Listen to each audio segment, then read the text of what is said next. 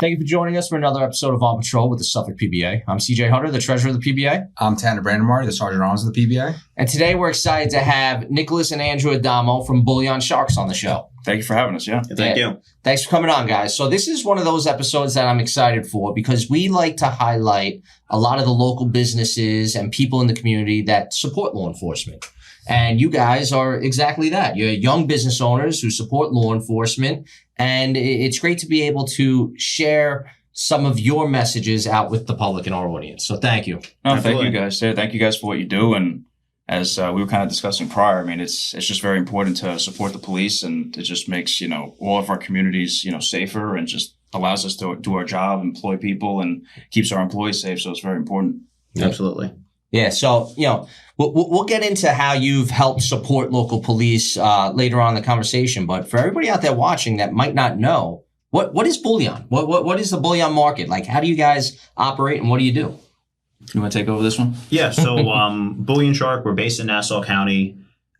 We deliver to all 50 states, U.S. territories. We deal in gold, silver, collectible coins. Mm-hmm. So it could be someone who's looking to buy investment grade stuff, a gold bar. But our real specialty is those hard to find pieces, people who are looking to build a collection. So, I mean, if you think of a baseball card or a Pokemon card, you're looking for that holographic. It's the same thing just with coins. Mm-hmm. And people are looking for that rare date. And that's really what we're looking to accomplish, to help people build those collections. So that's numismatic coins? Is that what that is? Exactly. Or is there a difference between bullion and numismatic coins? Yeah. So numismatic coins is really the study of rare coins. Okay. So it's things that have a premium above their metal value. So if you're buying bullion, you're buying an ounce of gold, which is roughly $4,600. And there's a little bit of a premium. You have to make money, of course, buying and selling it. But it may be a $50 premium or $100 premium over the melt value. Whereas a gold coin that maybe is $4,600 worth of melt value could be $1 million. Or it could be $10,000 because there's a rarity behind it. Okay. Maybe they didn't make a lot of them. It's highly sought after because of the condition, things of that nature. Yeah. Oh, that's the word bullion comes from like the bullion bars of gold, right? Exactly. Yeah, we originally, when we started the company back in 2014, I started in May, and then my brother came along a couple of years later. We were going to do bullion, but we realized that the bullion market was very competitive. There was a lot of people in the space already who were multi-billion-dollar companies. So we found our niche with collectible coins. And it's kind of funny how we really started was I was actually collecting the bullion. I like to invest in gold and silver. That's what people typically do when they're buying bullion. They want to really get the appreciation, maybe store value for, gold, or, diversifying away from the dollar, and investing in the precious metals themselves. However, with the collectible coins, my brother was collecting error pennies, and he showed me, he's like, I just made $1,000. I bought this penny, I got it graded, and it's a rare variety error. And I was like, I want to get involved in that. It's not, it seemed like there's more money in that than, even just the bullion. So then we started the company, and then haven't looked back ever since. It's also more fun. You could make money selling anything. It's really a matter of the collectible coins. There's just so much history behind it. There's only so much to a gold or a silver bar. And it's great. I invest and I buy gold and silver, and there's a lot of merit there. But when you have a piece of history like that like we sell Roman coins, and it's one of the coolest things in my opinion. You can buy some of these in decent condition for $50 to $100, and like the story that coin can tell you, and how many hands it's passed through. It's just so much more intriguing to sell something like that. The story's there. How do you find something like that? A lot of times archaeologists will just, in Rome, they're finding these kind of discoveries, every year. They'll be, doing some, restoration work on a project by the Colosseum. Then they find, 10,000, silver denarii that were buried underneath the ground in a vase or whatever it may be. And they usually come in like these, like pockets, and then they have to restore them and everything else. But that's kind of how we find those kind of coins, Yeah, there's a lot of guys here that we've made connections with in the U.S. over the years that all they've done is make connections with, people. Primarily, it's where the Roman Empire used to be. And when they're constructing a new house, they knock a house down and they're digging up the earth, and they find coins. It's unbelievable. Oh, wow. That's incredible. It's funny you say, like, 1,000 silver denarii in a vase. It's kind of like how we used to joke about, cash in the mattress at grandma's house. That's exactly what it is. That's crazy. Yeah. That's funny. So, with all these ancient coins and stuff, what's maybe like the rarest thing you've come across as a trader?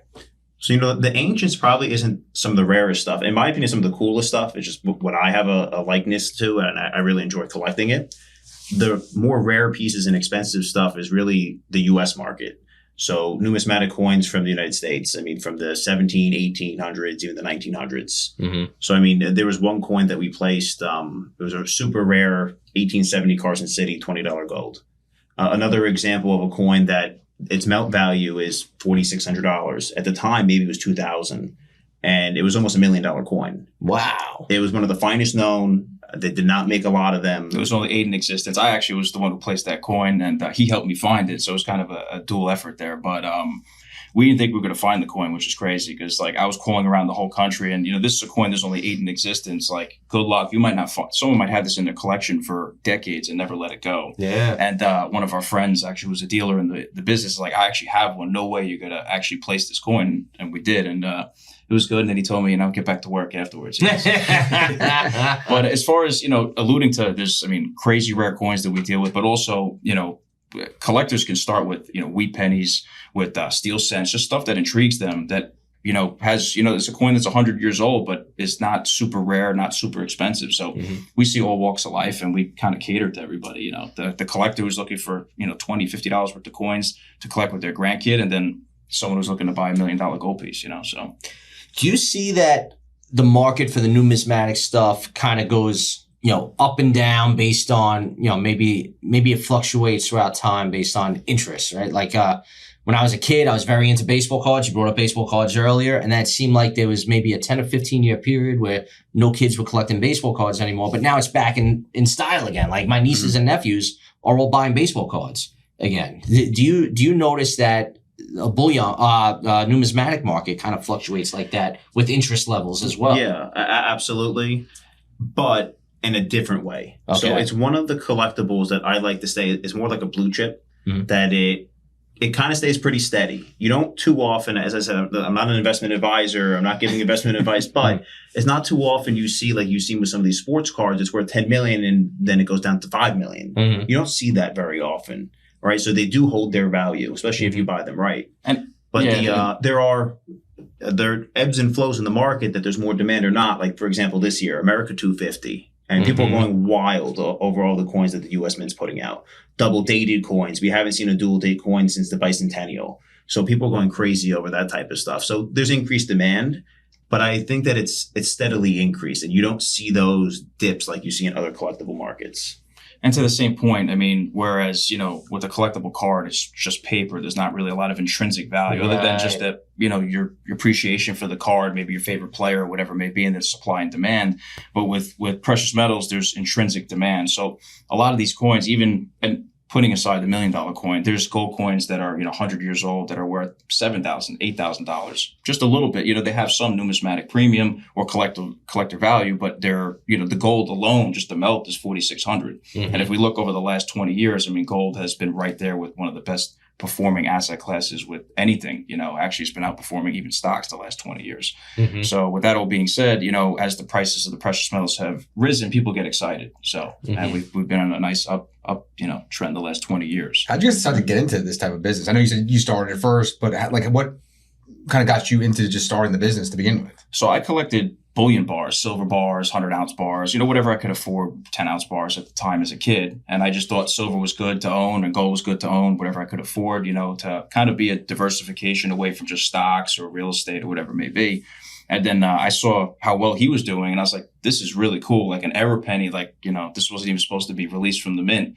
And he's like, yeah, I'm like, you know, 12 years old and I just made $1,000. I was like, maybe we should look into this. So it was more beyond even the money. I mean, of course. It was just, we were collectors of everything. I mean, we collected everything. Pokemon cards, which my mom threw in the garbage, of course. Of course. You know, baseball cards. If there's something that we can collect, shark teeth, we did. But, you know, coins was the number one. It was always something that I enjoyed doing. You know, I enjoyed doing it with him. I had a couple of friends that their grandfathers had coins, and we looked through them, and it was just fun. So we turned the hobby into a business. You know, we started selling stuff online, and, you know, we were both going to school at the time, and it was a way for us to help pay for school. And then things really took off. We were working hard, and the focus really became the business. And we never really looked back since. And we're collectors at heart. I mean, we collect together, you know, to this day. We collect everything from coins that are $10 just because we like them. Like, we love going to Puerto Rico and he loves the El Yunque rainforest, and he collects, any coins he could find with El Yunque on it, and they're cheap coins, and then we have coins that, we're putting together complete collections of gold or platinum, whatever it is. So that's the beauty of collecting. I mean, and that's really what keeps us going. It's just that there's so many interesting things. I mean, the stuff that walks through the door is just crazy. Everything, like we said, from Roman coins from 2,000 years ago that maybe, an emperor held, or maybe, even Jesus Christ held, this widow's mite at one time, to, coins that were made yesterday for collectors. Yeah. So do you guys have one coin in your collection? Like if you lost every other coin, is there one coin that you try to keep no matter what?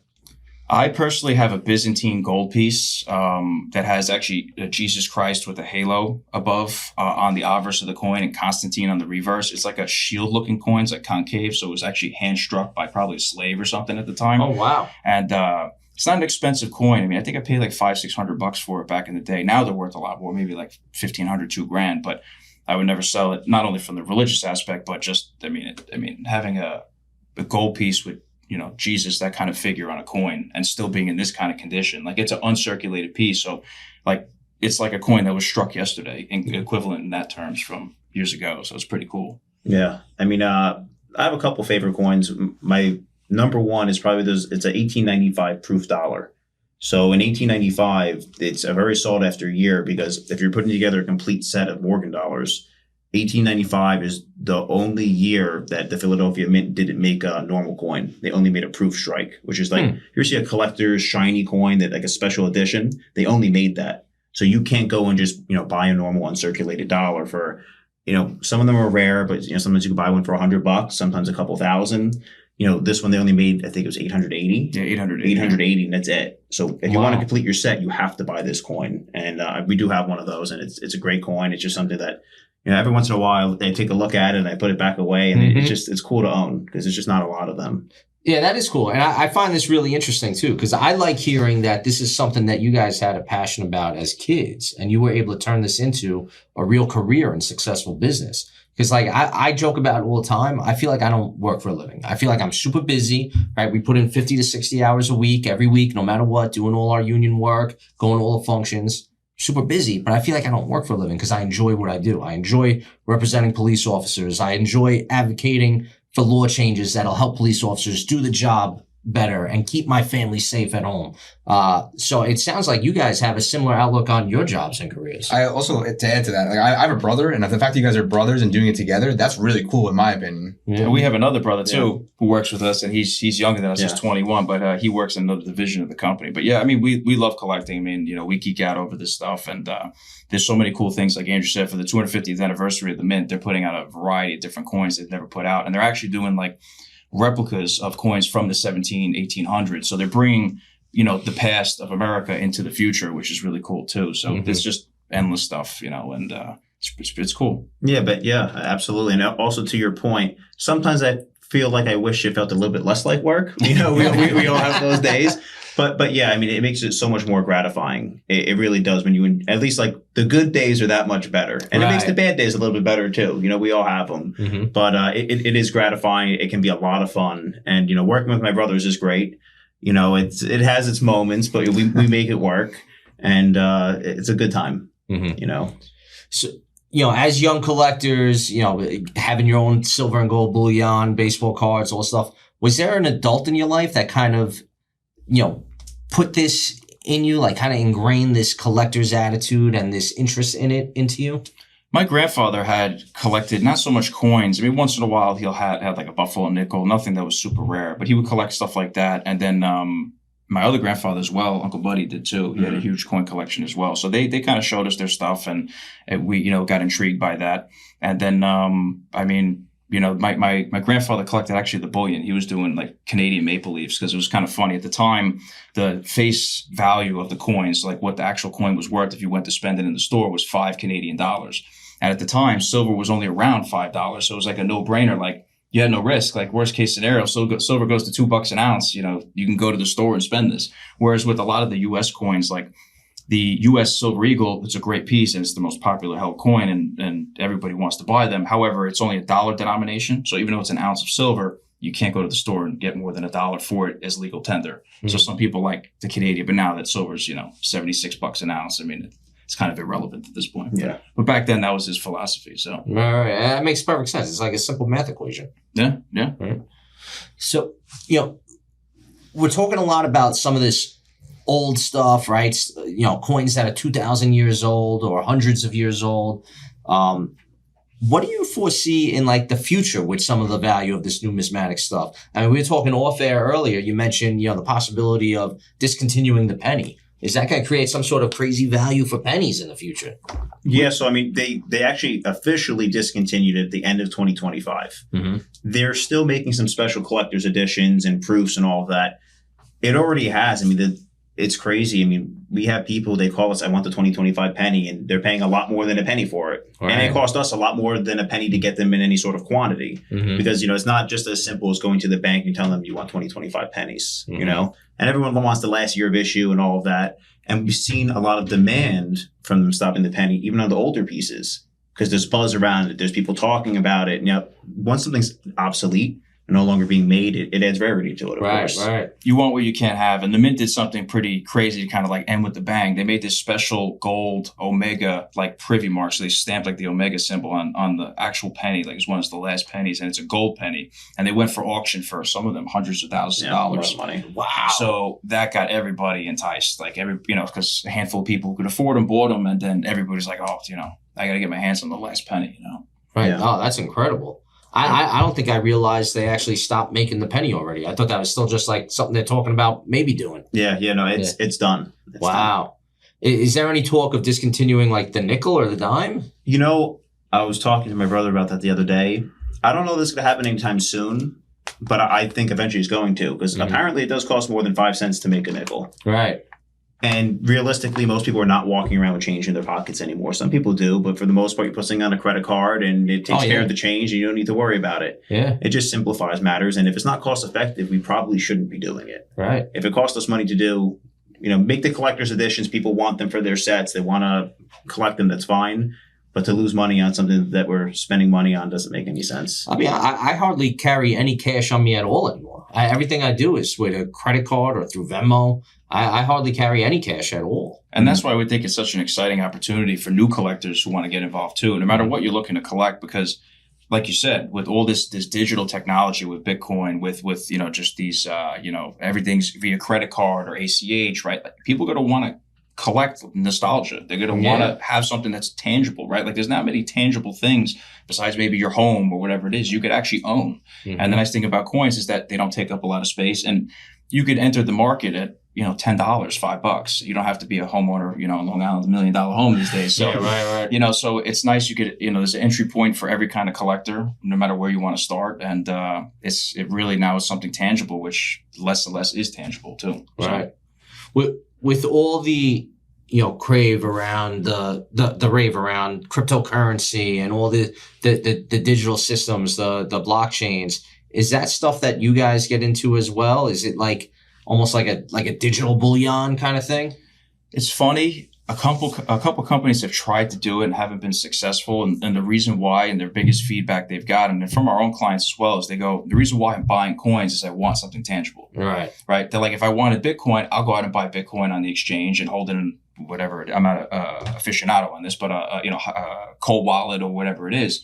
They want actual physical things. They want physical possession of the gold, silver, or whatever they're buying. So, it's actually amplified I think the collector base, because now you have people who are pro and then people who are con. The people like, I'm not a Bitcoin kind of guy. They want to buy more coins. The NFTs were big a couple of years ago during like the whole COVID thing. They got big for a moment, and people were paying like hundreds of $1,000s for this digital like collectible thing, and then it decreased in value so much. Yeah, and that's the nice thing about collectible coins is, look, it's not something that's hyperbolic like that, but at the same point, they've been great stores of value. And if gold, silver continue to move higher over time, which they have the last 20 plus years, then, it's, slow and steady wins the race. So to say. I think also like a lot of what you spoke about is like the history behind the coins. I think a lot with the digital stuff, like the NFTs, there's not really a lot of history. It's just kind of like an art thing. Yeah, and that's what I would compare it to art. I mean, look at the finest pieces of art out there. And the nice thing about art too is that you could buy a piece of art that you just like and speaks to you. Same thing with coins. if you like the series, you like the designs, you like the time period.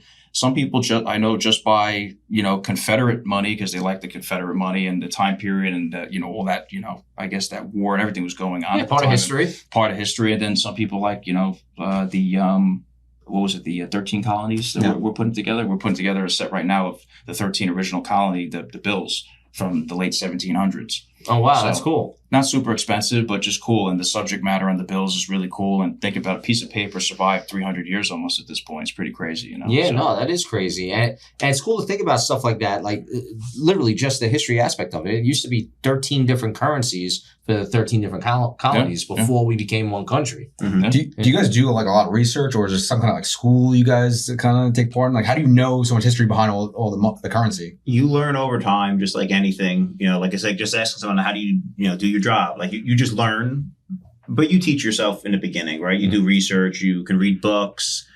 The most you learn is actually doing it by buying, selling. You just get to see things, and you're not going to remember every mintage of how many they made or what every coin is worth. You need to know how to get the information, and there's various sources out there, mainly like the grading companies who they certify the coins.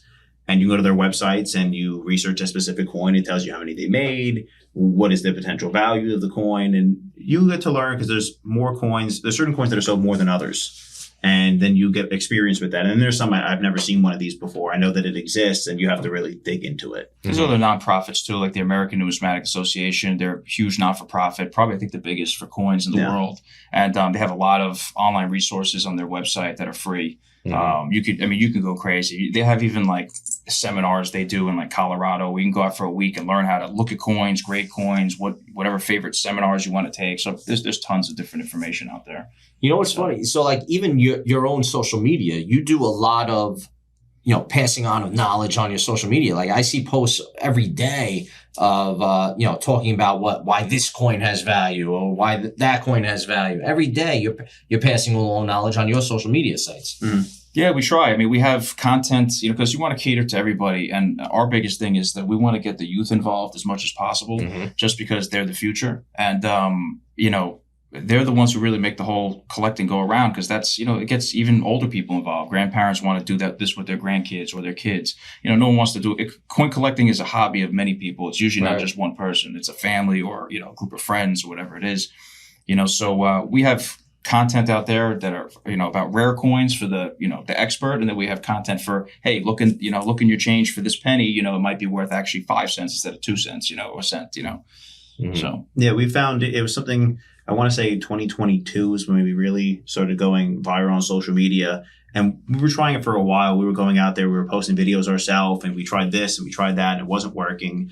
And we went through a ton of different people trying to find the right personality that could appeal to the masses and appeal to really what we were looking for is the youth. Because we believe that our business is only so good as the market that exists. And if it's a dwindling market, because historically coin collectors were an older generation, if you're not getting the youth involved, we may not have a business in 10 or 20 years. And we're young guys. I hope to still be around working. Yeah, right. Of course. Yeah. So once we hit that in 2022 and we couldn't believe it, we were going viral on these certain videos about, different coins that you can find. And we found there's people who are really looking to be educated and they didn't know they wanted to be involved in coins. And here they are. Right. Yeah, I can't tell you how many messages we got. We were going viral. I think we have almost 4 million followers at this point across all platforms. And at one point, we were getting 10,000 messages almost a day at one point of what is this worth? And it's crazy. You'd be surprised. Like he said, there's a lot more if you're asking what your penny is really worth, you're a collector. Right. Even at the smallest sense, you're interested in, learning the history behind this coin and everything else. And we had so many people just, what is this worth? What, I found this, my grandfather had this, gave this to me. So it's really cool and seeing the lineage and how it passes down. Do you see that coming into your store basically? You see a lot of people coming in and asking questions and So we don't have a physical store. We do everything online on our website at bullionsharks.com. Or over the phone, we have sales representatives who can help you build collections and everything else. So people don't walk in the store just for security purposes, just because we have so much stuff going in and out. However, people could call anytime, and we got a lot of phone calls. We got a lot of phone calls about it. Sure. Yeah, we do make appointments with people who have legitimate collections. They want to get appraised, sell, or they want to buy. a lot of people also like to, for security reasons, they would rather you ship it to their house. They have to sign for it. They're not driving in their car with $100,000 worth of gold. Right. You know, Right. so nobody's going to cover them for them driving home, but it's insured door to door. So they get it, they sign for it, then they can do what they want with it at that point. Right. But yeah, we were getting tons of phone calls like that every day. We still do. You know, it's, you know, I have this coin. What is it worth? And we did build out a knowledge center on our website too, because it was one point I'm like, we can't handle all the phone calls and run our business with people. Like, I'll give you advice, but you know, it has to be in a time effective manner, right? So we built out this whole resource center that we can direct people to, and they can usually find what they're looking for there. Mm-hmm. Now, so you don't have like a real store, but you have like an office location, right? You already mentioned you have an office location that you operate out of. You do have other people that work for you. Your brother's in the other, you know, another area of the business. So as you're transporting or receiving, you know, tens of thousands of dollars, hundreds of thousands of dollars worth of bullion at times, you had mentioned to me off air that you guys carry weapons. You guys are licensed to carry firearms. How important is that to you and your employees that you can maintain that level of security where you can protect yourself in this day and age? Yeah, I mean, it's very important. Our number one importance is the safety of our staff and us, of course, as well. So yes, we both have our pistol permits. We carry every day, and it gives, I think, everybody some peace of mind that there's somebody that could do something in the event that something happens. We've taken a further step, and we have double door entries, we have bulletproof glass. We try to make it as difficult as possible if there was an issue to slow things down, so law enforcement could show up. We had a whole audit done. Nassau County PBA offered to send Homeland Security out, and they did a whole audit of our suite and recommendations, what we could be doing better, vulnerability. So it's super important to us, and that's why we support the PBA, not just in Nassau and Suffolk, because it's important to us that we have a police force that can respond and a police force who has the resources to be able to be there when we need them, God forbid. Right. And of course, using your pistol is a last resort, of course, and that's where the police really come in. I mean, they're the front lines. They're really the people who are orchestrating, making sure this doesn't happen to begin with. And that's why it's so important to support, people like yourselves, because it's just, we don't want to have to be in it. We're not trained like you guys are, no matter how much we're trained. So we'd rather leave it in the professionals' hands, and that's why I think, like I said, it's just common sense for the community to be safe, no matter where you are, and I think it's just very important.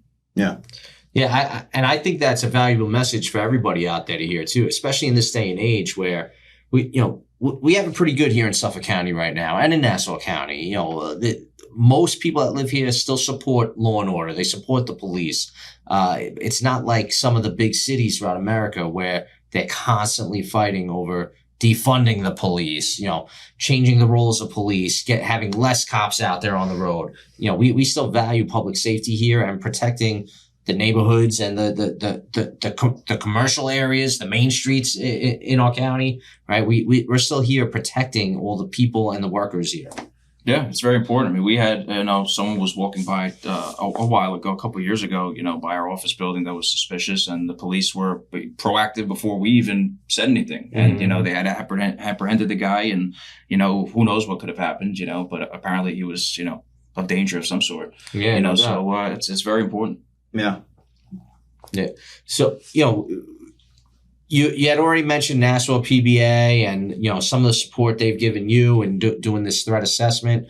We appreciate the relationship we're building here now. Likewise, yeah. You guys, young business owners, entrepreneurs, you see the value in helping younger professionals, younger kids entering the workforce. You've recently supported our scholarship fund too. Every year we give money to members, kids that are entering college, and we provide some scholarship money every year, and you guys help fund some of that this year. So thank you. Yeah, we're happy to do it. Yeah. We appreciate stuff like that. We appreciate feeling the support from the community, and it's important for our members and our members' families to know that, people out here that do support us. It's not all the nastiness you see on, CNN or MSNBC all the time. No, absolutely not. And we couldn't do our jobs, and our employees wouldn't have jobs if the police weren't laying the foundation to make it safe to do our jobs. So, it all really starts with a safe community, because then nothing operates, everything's chaos. And I agree with you 100%. I mean, it doesn't make sense if it's any other way. So, Yeah. Absolutely. And to his point, I mean, if we don't have law and order, businesses like ours couldn't even exist. Right. It's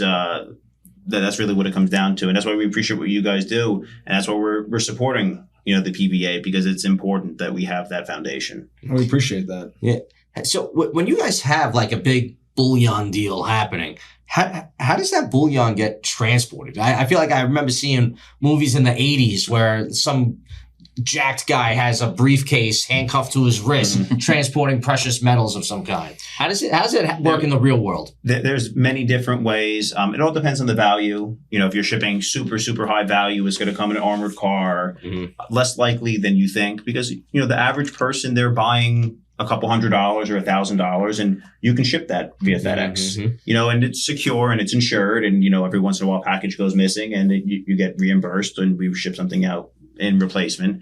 But it's the biggest thing is having that signature requirement. People are concerned, oh, well, what if I don't get it?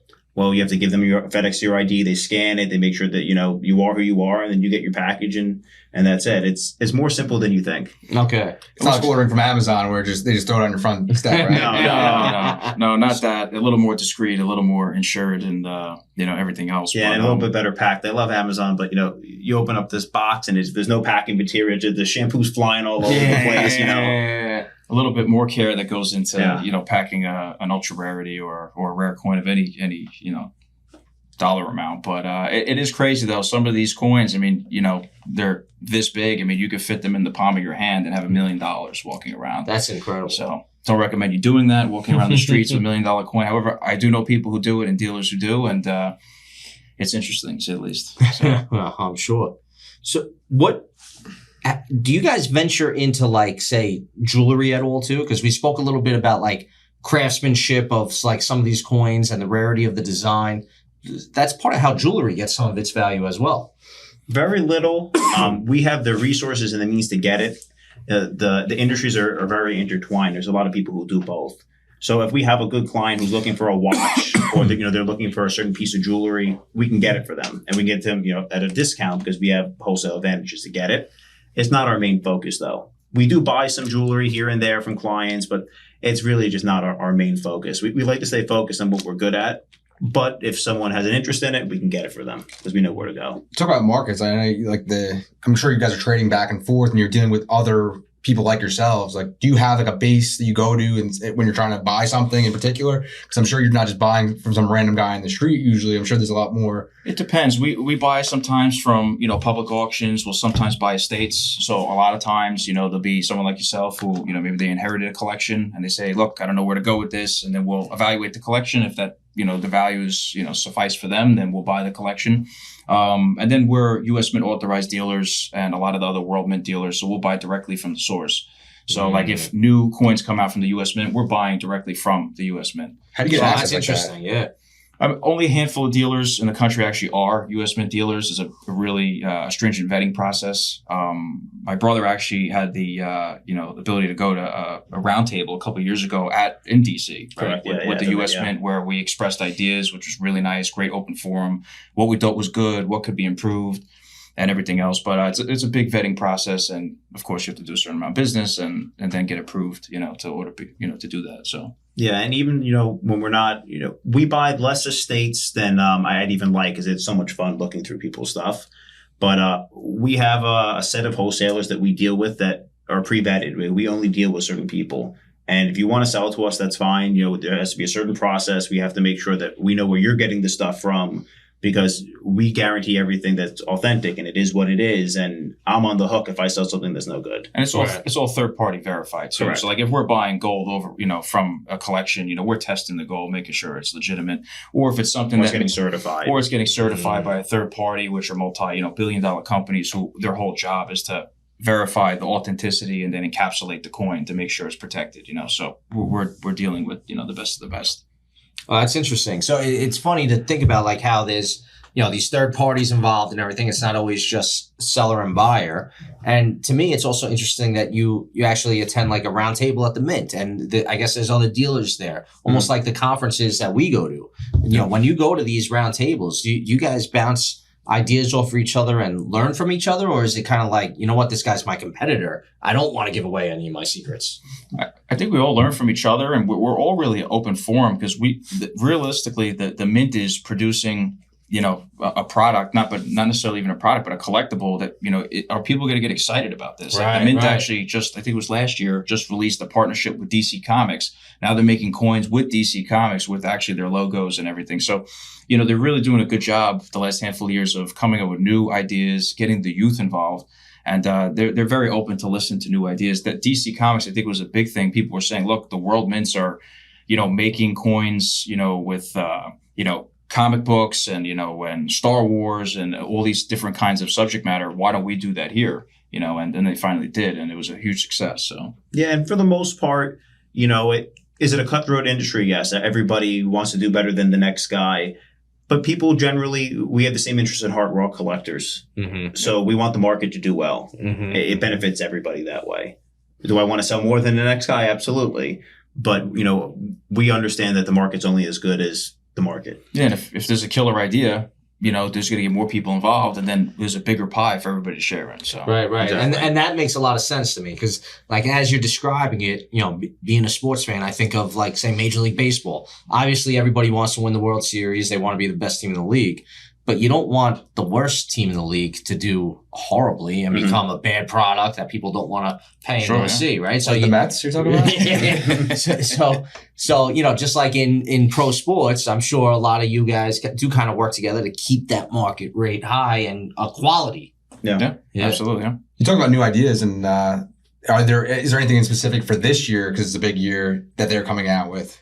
Yeah, I mean, the Mint, I mentioned some of the double date coins. So there's many different aspects of this. The first is just the circulating coinage. So nickel, dime, there's 4 different quarters they're putting out and $50. All of them have new designs.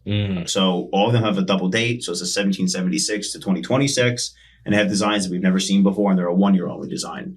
So even the most, I guess, modest collector, someone who doesn't have a lot of money to spend, they can go buy a roll of new quarters. Sometimes you can get them at the bank, and it's getting people involved that way. But then the Mint is doing, like, the hyper collectibles, whether it's a gold coin with a double date, silver coins, remakes of old coins from, the 17 or 1800s, all stuff that they wouldn't have done if it wasn't America 250. Mm-hmm. So they're just putting out endless stuff, not at the pace that we'd like. They move a little slow sometimes, but they're putting out a lot of really cool coins. Oh, wow. Now, me just thinking out loud and hearing you guys talk a little bit, it sounds like stuff that has, like, say, an error on it, has a lot of value. What about something where it's not necessarily like a double stamp, new kind of special thing, but maybe something that's, not too old, but old, maybe something from like 75 years ago where it's just the generic, no error coin. Is there any extra value in something like that? It depends. If it's silver, definitely so. So okay. A lot of the coins, of course, dimes, quarters, $50, were silver prior to 1965. Okay. So, that being said, you have 90% silver in the coin. So if you find a mercury dime from the 30s, maybe it's not a super rare date. Maybe it's in bad condition, but it's still worth the silver. So silver's gone up substantially. I mean, silver a handful of years ago was $20. I mean, now silver's 76 as of today. Just a couple months ago, it's as high as 120. So that's a 10 times move in a short period of time. So yeah, if you have, pocket change, if you see older coins, look for them, and absolutely stuff could be worth money, even if it's common. Yeah. And a lot of what you see with some of those coins that are, what would 70 years bring us to, like the 50s, right? So a lot of that stuff is silver, some isn't, but then you see condition rarities. So something that maybe they made a lot of this particular nickel from 1950, whatever it may be, but there's not a lot of them in a high condition, right? So there's a 70-point scale that coins are graded on. So it goes from 1 to 70. 70 is perfect. And you're not really going to get coins from the 50s and 70. I don't think anything before 1964 has ever gotten a 70 grade. But if you have something that is a 68 or a 69 grade or a 67, it could be really valuable. They may have minted 30 million of them, but there's only 3 in existence in that high of a grade. Yeah, so if you have something maybe your grandparents passed down to you that they kept in pristine condition, it's worth taking a look, because even though if it's not a rare date, like you said, if it's in super, really good condition, preserved, then it could be worth, substantial money. Some of this stuff's worth tens of thousands in high grades. Yeah. That's interesting, because the new big craze with the baseball cards is getting them graded. Everybody's getting baseball cards graded. It's the same kind of concept, I guess, no matter what kind of collection you have. Yeah. And the cool thing with the cards, not to interrupt you, but you're probably going to say the same thing. The companies that are grading the cards are grading the coins. Oh, wow. So like if you're already got an account with, PSA for cards, PCGS is the equivalent for the grading service, NGC, CCG for cards. So like, if you're collecting cards, it's an easy segue into coins. Wow. And I think coins is a little more lucrative, but Yeah, I mean, well, like you said, there's intrinsic value to the metal. Yeah, I'm a little biased. So. Yeah. And coins, it's cards are only been around, I don't know, 50 years, whatever it may be. I don't know when the first, real bulk of baseball cards came out, but the first real collectible was coins. Mm-hmm. So coins started being graded in 1986, and all these companies that started grading coins, it was like the first collectible to be certified.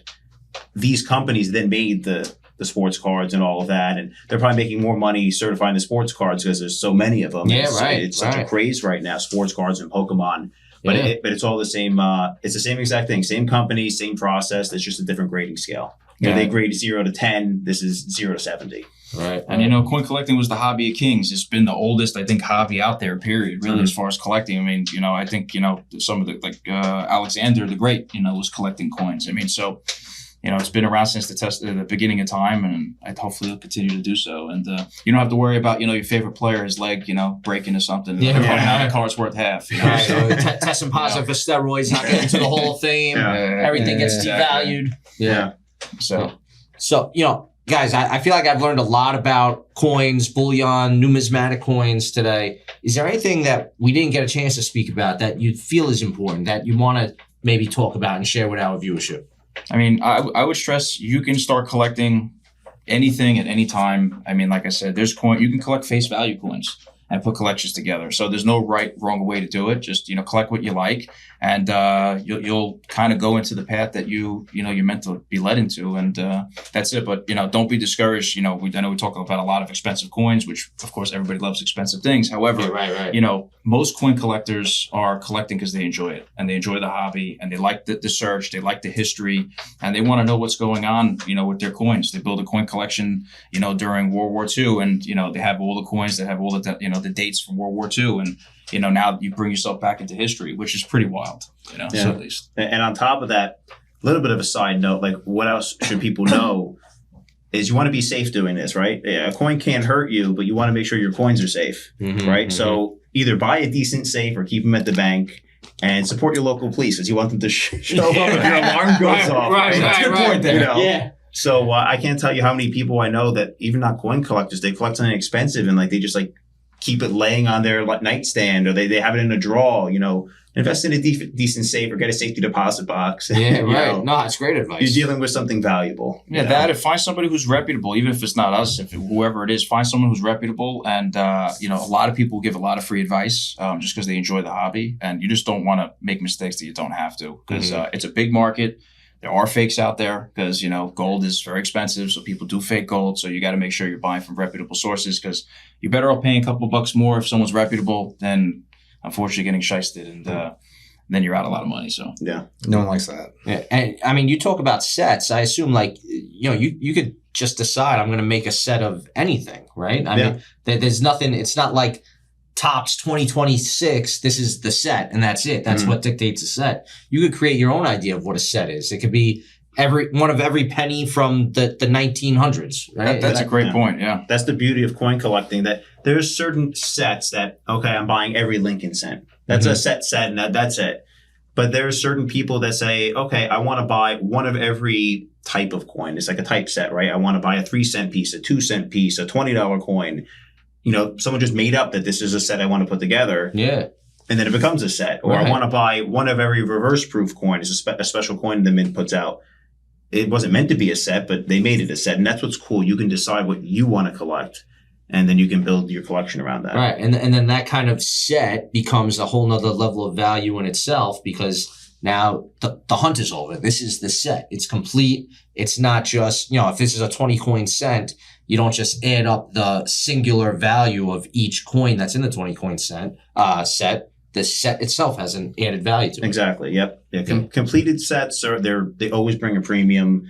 especially to the next person, because some people they don't want to be bothered putting together. They just want to buy the set. It's done. You know, Right. It's also like, not easy to do. Right, Good luck trying to find them. Good luck trying to find everything in the quality that you want, and your price range, and these coins are limited. Just like baseball cards, there might be only 100 in a Gem Mint 10, right? There's some coins that there's only 100 in a perfect grade 70. And, if you don't find it, good luck, Yeah. So guys, I appreciate the conversation today. I appreciate the knowledge you brought here, because this is something that I didn't know much about prior to this conversation. And I appreciate your support for the police and public safety. And you see the value in how, police doing our jobs as effectively as possible helps you, your family, your business. Absolutely. So Thank you for having us on. Appreciate Doing what you guys are doing. Doing a great job, especially on Long Island here. So yeah, thanks guys. thank you very much. Yeah, appreciate it. Good to see you guys again. You too. Absolutely. Thank you.